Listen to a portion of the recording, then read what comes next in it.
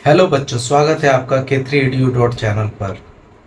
बच्चों, आज हम रिफ्रैक्शन ऑफ लाइट में लॉन्ग आंसर क्वेश्चन करने जा रहे हैं। कुछ लॉन्ग आंसर क्वेश्चन जो आपके बोर्ड के लिए बेहद ही इम्पोर्टेंट है। और उस ऐसे क्वेश्चन में क्या क्या आता है उसके बारे में हम लोग डिस्कशन करेंगे, ठीक है ना। लॉन्ग आंसर क्वेश्चन में कैसे कैसे क्वेश्चन आते हैं, क्या क्या पूछे जाते हैं, उसके बारे में डिस्कशन करेंगे। तो पहला क्वेश्चन ये रहा। एक ऑब्जेक्ट है जिसको रखा गया है 30 सेंटीमीटर डिस्टेंस पर फ्रॉम ए कनकेव लेंस। ये लेंस कौन सा है? कनकेव है। उसका फोकल लेंथ भी कितना है? 30 सेंटीमीटर। और आपका ऑब्जेक्ट का डिस्टेंस भी दिया है 30 सेंटीमीटर। ठीक है, क्या निकालना है?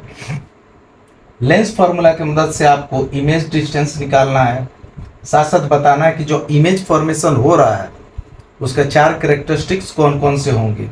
साथ साथ आपको लेवल डायग्राम भी बनाना है कि कनकेव लेंस में जो इमेज फॉर्मेशन होगा, ऑब्जेक्ट को कहाँ पर रखा गया है, इसका इमेज कहाँ पर बन रहा है, कैसा बन रहा है, उसके बारे में आपको सारा फाइंड आउट करना है। यही सब निकालना है। साथ साथ लेवल डायग्राम बनाकर ये जस्टिफाई करना है कि आपका आंसर भी सही है या आंसर ए सही है। ठीक है, चलिए शुरुआत करते हैं। क्वेश्चन में जो जो चीज़ दिया है उसको सबसे पहले आप गिवन के रूप में लिखते हैं, है ना। जैसे given u equal to 30 centimetre, और ये लेंस कौन सा है? कनकेव है। या कोई भी लेंस हो, कोई भी मिरर हो, आपका जो ऑब्जेक्ट डिस्टेंस होता है वो कैसा होता है? निगेटिव होता है। तो हम लोग निगेटिव साइन के साथ इसको रख देंगे, यानी u इक्वल टू, यानी object distance equal to -30 centimetre. ठीक है, लिखा हुआ है। फोकल लेंथ, फोकल लेंथ भी कनकेव लेंस में देखेंगे इस साइड बनता है ना। ये ऑप्टिकल सेंटर के इस साइड में, तो क्या होगा? निगेटिव वैल्यू होगी। तो फोकल लेंथ भी क्या है? निगेटिव है। हमने लेंस फार्मूला का यूज किया। लेंस फार्मूला क्या है? 1/v minus 1/u equal to 1/f। हम लोग को किससे मतलब है? इमेज डिस्टेंस से। तो 1/v equal to 1/f plus 1/u। 1/u को इस साइड ले जाएंगे तो प्लस हो जाएगा, 1/f प्लस 1/u। लेकिन इसकी वैल्यू क्या है? निगेटिव है, तो निगेटिव वाले वैल्यू को रख देंगे, है ना। 1/-30 प्लस 1/-30, जो चीज वैल्यू दिया हुआ है सेम एज इट इज उस वैल्यू को रख देंगे। ठीक है, कनकेव में object distance negative, focal length negative. Convex रहता तो कन्वेक्स में ऑब्जेक्ट डिस्टेंस निगेटिव, लेकिन आपका फोकल लेंथ क्या होता? पॉजिटिव होता। ठीक है, इमेज डिस्टेंस भी क्या होता? पॉजिटिव होता। ठीक है, तो यहाँ पर निकालेंगे हम लोग इसकी मदद से, फॉर्मूले की मदद से। 1/v इक्वल टू, ये हमने लिया एलसीएम इसका 30 और 30 है तो एलसीएम 30 हो जाएगा। ये माइनस साइन ऊपर चल जाएगा तो क्या हो जाएगा? -1/30 -1/30। तो आप एलसीएम के सहारे से यूज कर सकते हैं। -1 और -1 कितना हो जाएगा? -2 -2/30। 2 से 30 को हमने घटाया, 1/15 आया, 1/15 आया। इसको इसे सीधा कर देंगे, उल्टा है। 1/v equal to 1/v, 1/v equal to -1/15 है। इसको सीधा कर देंगे ऐसे पलट कर, तो v इक्वल टू क्या हो जाएगा? -15 सेंटीमीटर। v इक्वल टू क्या हो जाएगा? -15 सेंटीमीटर। यानी ये जो ऑब्जेक्ट डिस्टेंस है बता रहा है कि आपका ऑप्टिकल सेंटर के इस साइड में इमेज बन रहा है। ऑप्टिकल सेंटर के इस साइड में इमेज बन रहा है और ऑब्जेक्ट से इमेज की दूरी जो है 15 सेंटीमीटर है। ऑब्जेक्ट से, सॉरी, ऑप्टिकल सेंटर से इमेज की दूरी आपकी 15 सेंटीमीटर है। क्लियर है? इसलिए निगेटिव साइन के साथ आया है इसका वैल्यू। ठीक है, चलिए इमेज के बारे में बताना कि इमेज का नेचर कैसा है। आप जानते ही हैं कि कनकेव लेंस में किस तरह का इमेज बनता है। देखिए, नेचर ऑफ इमेज कैसा होगा? इमेज का जो नेचर है वो वर्चुअल होगा। साथ साथ इमेज कहाँ पर बनेगा? लगभग फोकल लेंथ और ऑप्टिकल सेंटर के बीच में बनेगा, क्योंकि इसकी वैल्यू कितनी आई है? 15 सेंटीमीटर, और ऑब्जेक्ट कितने दूरी पर है? 30 सेंटीमीटर पर। ठीक है, तो ये कहाँ बनेगा? Between O and F1। F1 लिखते हैं, फोकल लेंथ ही समझो, है ना। उसके बाद 2F1, C1 को 2F1 लिखते हैं हम लोग। ठीक है, पोजीशन कहाँ पर होगा? Between optical centre and focal point या फोकस पॉइंट के बीच में कहीं बनेगा। इमेज कैसा होगा, इरेक्ट होगा। वर्चुअल के साथ इरेक्ट आता है, वर्चुअल बनेगा, इरेक्ट बनेगा। पोजीशन यहाँ पर है O और F के बीच में। इमेज का साइज कैसा होगा, बहुत ही छोटा होगा। कॉनकेव लेंस में कोई भी आपका इमेज फॉर्मेशन होता है वो डिमिनिश्ड होता है, ऑब्जेक्ट डिस्टेंस से भी छोटा होता है, ये जानना चाहिए आपको। ये आपके इमेज फॉर्मेशन में दिया हुआ है, जो मैं पिछले वीडियो में बता चुका हूँ, ठीक है ना। ठीक है, अब इसको कहा कि रे डायग्राम दिखा दो, तो हमने क्या किया, कॉनकेव लेंस ड्रा किया। यहाँ पर आपने ऑब्जेक्ट रखा ए बी, ऑब्जेक्ट के यहाँ से लाइन गया, एक रे गई, इससे टकराने के बाद यहाँ पर क्या हुआ, ऑप्टिकल सेंटर से क्या होता है, ये डाइवर्ट हो जाएगा। ये कौन सा लेंस है, डाइवर्जिंग लेंस है, यहाँ से ये डाइवर्ट हो गया। ठीक है, इसको डॉटेड लाइन के द्वारा यहाँ तक मिलाएंगे, F1 तक मिला देंगे। ठीक है, और एक लाइन जो है आपका ऑप्टिकल सेंटर से पास होगा। रे डायग्राम में हमने अच्छे से सीखा है कि ऑप्टिकल सेंटर से कोई भी रे पास होता है तो उसी डायरेक्शन में आगे की तरफ चल जाता है, लौटता नहीं है, रिफ्रैक्शन भी इसमें नहीं होता है। यहाँ पर रिफ्रैक्शन हुआ तो ये इधर की तरफ मुड़ गया। ठीक है, तो यहाँ पर इन दोनों के लाइन के कट पॉइंट से इमेज फॉर्मेशन हुआ, जिसका नाम ए डैश बी डैश रखा गया, ए डैश और बी डैश। ठीक है, तो इसकी दूरी कितनी है, इसके हिसाब से जो आपने निकाला है 15 सेंटीमीटर ऑप्टिकल सेंटर के इधर है, रखा हुआ है, देखिए। ठीक है, इमेज डिस्टेंस ठीक है, object distance 30 centimetre, object distance 30 centimetre और फोकल लेंथ भी कितना होगा, 30 सेंटीमीटर। कोई दिक्कत किसी को, तो ये रे लेवल डायग्राम होता है। चलिए, इसमें और क्या क्वेश्चन पूछता है, और क्या क्वेश्चन पूछ सकता था, लॉन्ग आंसर क्वेश्चन है 5 नंबर का आता है, तो इसमें पूछ सकता था कि मैग्निफिकेशन बता दो। मैग्निफिकेशन इक्वल टू क्या होता है, V बाई यू। ठीक है, V बाई यू, V कितना दिया हुआ है, V कितना निकालें आप, -15 और U कितना है -30, घटा देंगे, 52 या 30 यानी 1/2। मैग्निफिकेशन क्या है, 1 से छोटा है ना, 1 से छोटा है, यानी इमेज कभी मैग्निफाइड होगा, नहीं होगा। इमेज कभी मैग्निफाइड होगा, नहीं होगा, यानी डिमिनिश्ड होगा। ठीक है, यदि आपका मैग्निफिकेशन 1 से बड़ा आता, मैग्निफिकेशन इसी तरह का क्वेश्चन दिया रहेगा, उसमें मैग्निफिकेशन निकालने के लिए बोलेगा, तो 3 कंडीशन आ सकता है ना। पहला कंडीशन कि आपका मैग्निफिकेशन लेस देन 1 होगा, तो डिमिनिश्ड साइज का होगा, यानी इमेज क्या है, इमेज तो आप देख ही रहे ना, इमेज का जो डिस्टेंस है ऑब्जेक्ट के डिस्टेंस से छोटा है, और उसी का तो रेशियो होता है मैग्निफिकेशन। एक्चुअल में height of image height of object का होता है, और उसी के बराबर हम लोग इमेज डिस्टेंस बाई में ऑब्जेक्ट डिस्टेंस को लिखते हैं। तो ये क्या है, मैग्निफाइड नहीं है, डीमैग्निफाइड है, डिमिनिश्ड है। यदि m इज ग्रेटर देन 1 रहता, यानी v की वैल्यू u से बड़ी होती, तो ये मैग्निफाइड होता, और m इक्वल टू यदि 1 होता तो सेम साइज का होता। क्लियर है क्या, क्लियर है। इस तरह के क्वेश्चन पूछे जाते हैं। लेवल डायग्राम बनाने को पक्का एक देता है, तो इसको ध्यान से देखें। ठीक है, कनकेव और कन्वेक्स लेंस दोनों के लिए लेवल डायग्राम दे सकता है। जहां पर ऑब्जेक्ट है, स्केल की सहायता से आराम से उसको बनाएंगे अच्छे से, नीट एंड क्लीन, क्योंकि चेक करने वाले चेक करते हैं नीट एंड क्लीन को। यदि नहीं नीट एंड क्लीन रहेगा तो उसमें नंबर आप कम पा जाएंगे। 5 नंबर का है, और यदि अच्छे से आपने जवाब दिया तो 5 का 5 मिलेगा, और यदि आपने अच्छे से जवाब नहीं दिया तो 3 या 4 मिलेगा। समझ रहे बातों को, तो क्यों ना 5 पाया जाए, है ना। चलिए, तो यहाँ पर इस तरह की चीजें आएंगी। अगला क्या आ सकता था कि पावर निकाल दो, पावर निकाल दो कनकेव लेंस का, तो P इक्वल टू क्या होता है, 1/f, P equal to 1/f। यदि f आपका मीटर में दिया है तो इस तरह से होगा, और यदि सेंटीमीटर में दिया होता तो 100/f का यूज करते हैं। तो यहाँ से आप इसकी वैल्यू यदि निगेटिव है, फोकल लेंथ की वैल्यू निगेटिव है, तो पावर भी क्या होगा, निगेटिव होगा। और दूसरा रिवर्स पूछ सकता है कि पावर यदि निगेटिव है तो लेंस कौन सा होगा, लेंस कौन सा होगा, कनकेव लेंस होगा। पावर यदि पॉजिटिव आता तो लेंस कौन सा होता, कन्वेक्स लेंस होता, है ना। बात समझ में आ रही है। पावर यदि निगेटिव है तो फोकल लेंथ भी निगेटिव होगा, पावर यदि पॉजिटिव है तो फोकल लेंथ भी पॉजिटिव होगा। पावर यदि निगेटिव है तो कौन सा लेंस है, कनकेव लेंस है। पावर यदि पॉजिटिव है तो कौन सा लेंस है, कन्वेक्स लेंस है। इज दैट क्लियर, अच्छी बात है। यहाँ तक इस क्वेश्चन को आप समझ गए। इस तरह के क्वेश्चन आते हैं, ठीक है ना, लेवल डायग्राम करने वगैरह को, इमेज का आपका नेचर पूछ सकता है, इमेज के कैरेक्टरिस्टिक्स को पूछ सकता है। तो इस तरह से जवाब देना है आपको, ठीक है। अगला क्वेश्चन क्या है, दूसरा क्वेश्चन में है कि एक वाटर है, वाटर दिया हुआ है, इसका रिफ्रैक्टिव इंडेक्स दिया 1.33। वाटर है, उसका रिफ्रैक्टिव इंडेक्स दिया 1.33। एल्कोहल का रिफ्रैक्टिव इंडेक्स दिया 1.36।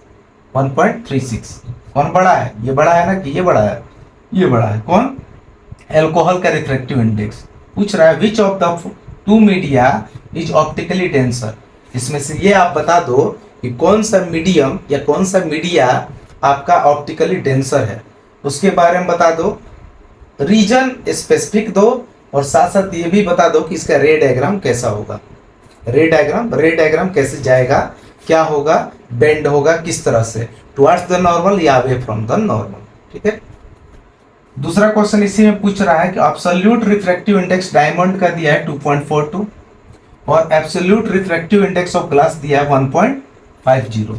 दो क्वेश्चन इसमें, पहला क्वेश्चन जो दिया है उसको आप समझ ही गए होंगे, 1.33 रिफ्रैक्टिव इंडेक्स दिया वाटर का, अल्कोहल का दिया 1.36। पूछ रहा है कौन सा डेंसर होगा, कौन सा रेयर होगा, और रे डायग्राम भी बताना है, रीजन भी बताना है।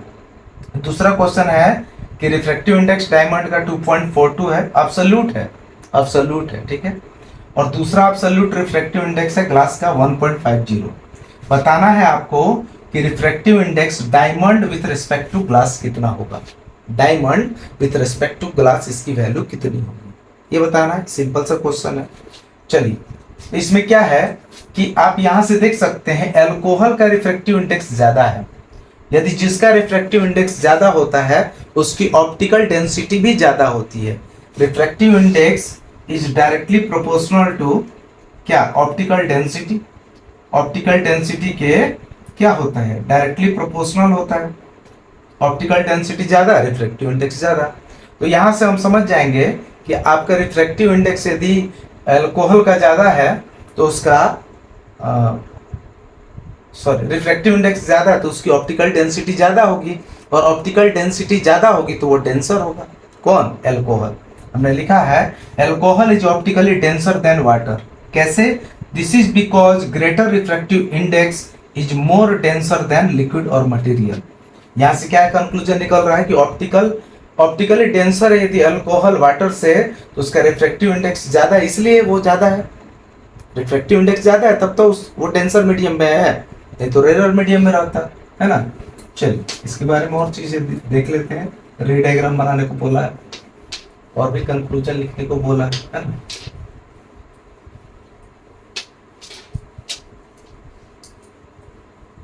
ये लेक्चर 16 है ना।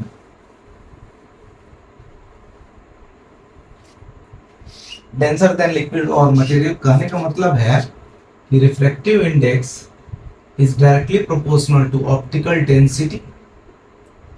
ऑप्टिकल डेंसिटी ज्यादा है, रिफ्रैक्टिव इंडेक्स ज्यादा है तब, और ये कैसा मीडियम होगा, डेंसर होगा।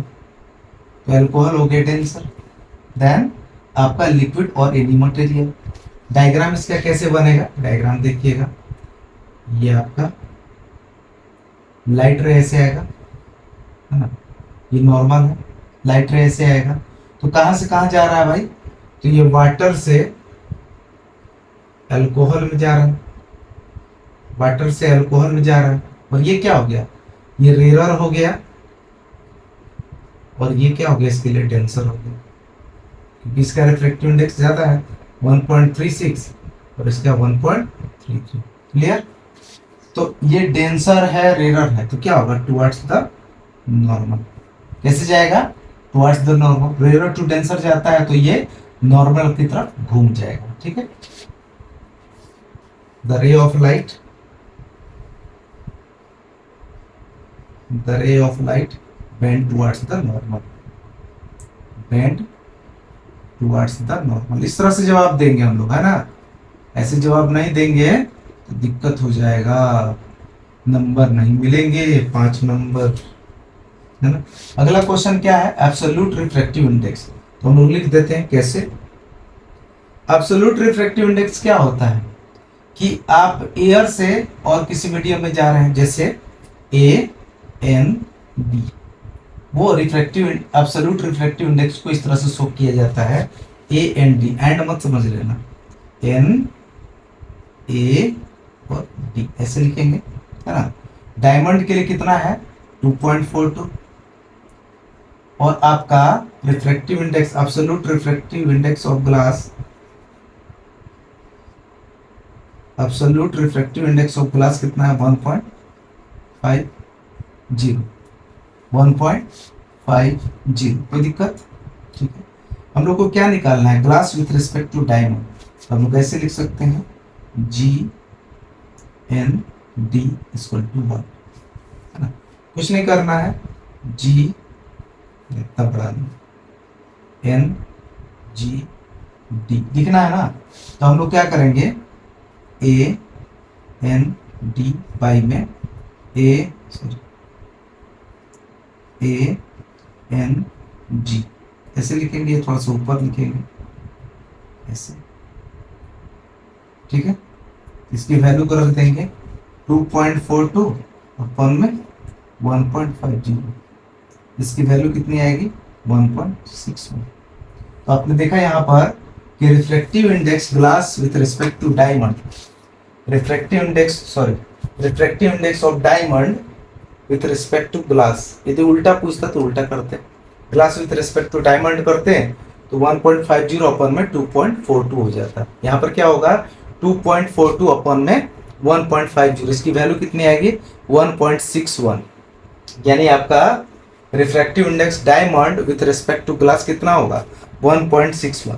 इस तरह के क्वेश्चन ही आते हैं। बाकी सारे क्वेश्चन हम लोग शॉर्ट आंसर टाइप में कर चुके हैं। क्वेश्चन क्या क्या आते हैं एनालाइज कर लेते हैं एक बार, है ना।